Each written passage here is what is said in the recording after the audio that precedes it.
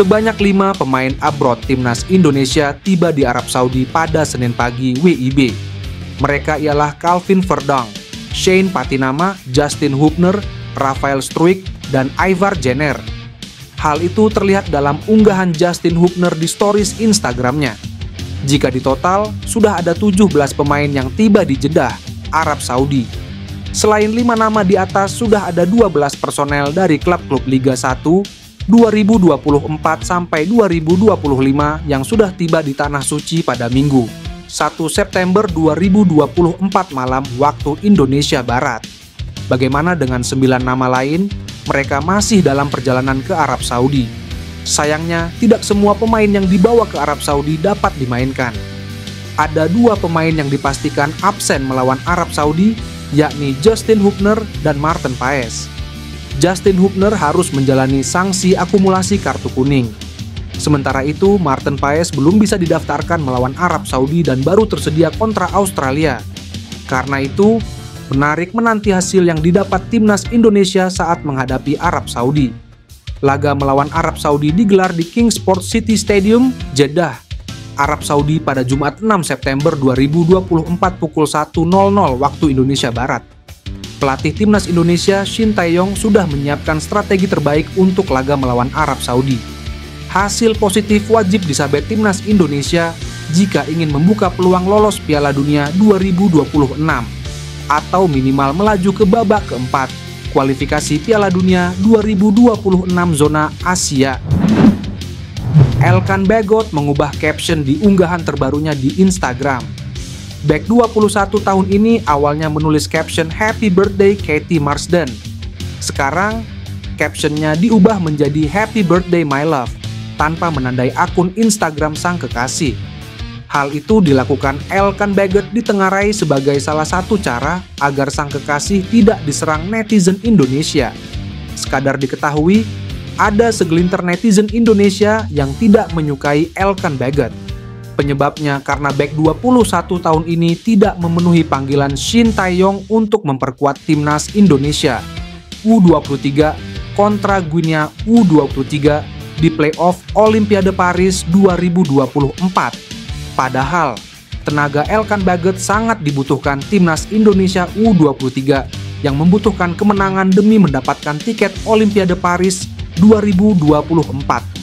Akibatnya, timnas Indonesia U23 kalah 0-1 dari Guinea U23 dan gagal lolos ke Olimpiade Paris 2024.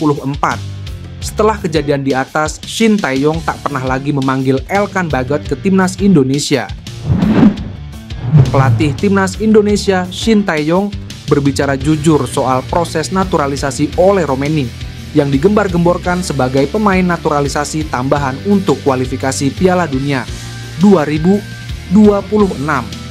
Skuad Garuda bakal tampil di putaran ketiga kualifikasi Piala Dunia 2026 zona Asia.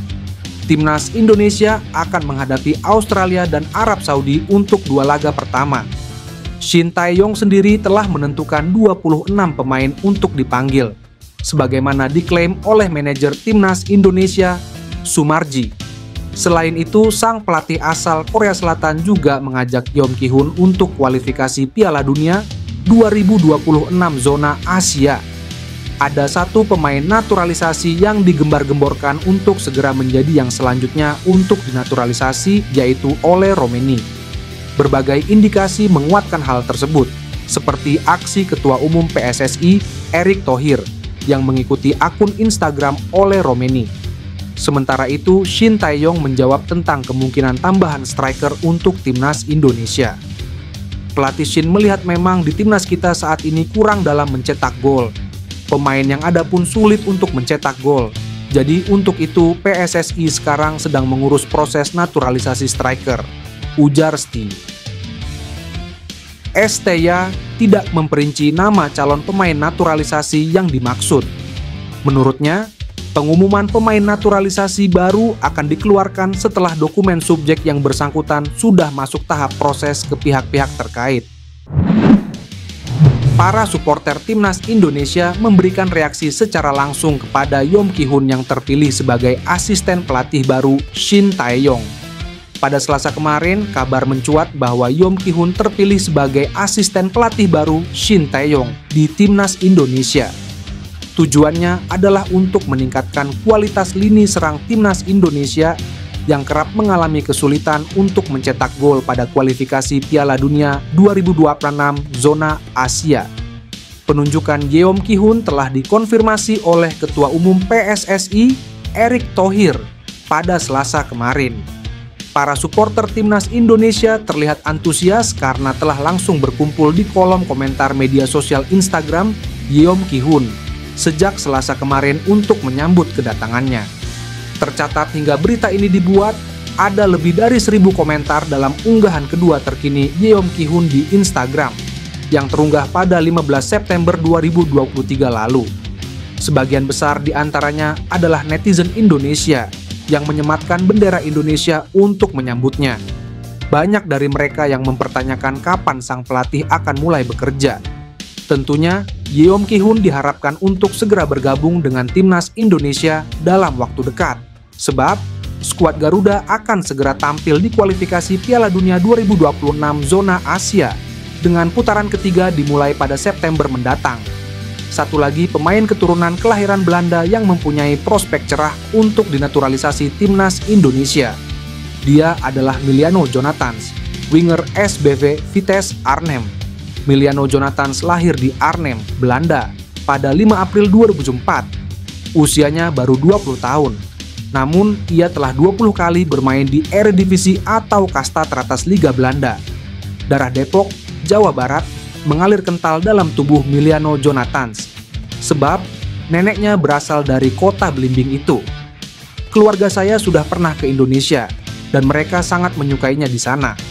Mereka juga mengunjungi keluarga ayah saya di Depok dan menurut mereka itu sangat menyenangkan.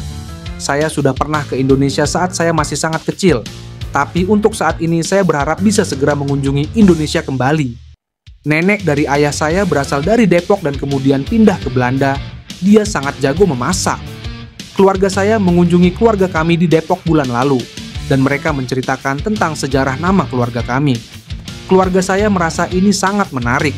Sungguh luar biasa bisa belajar lebih banyak tentang sejarah keluarga kami, ujar Miliano Jonathans. Miliano Jonathans diyakini adalah keturunan marga Jonathans, satu dari 12 marga Belanda di Depok. Miliano Jonathans adalah produk dari Akademi Vitesse yang dipromosikan ke tim utama sejak 2022.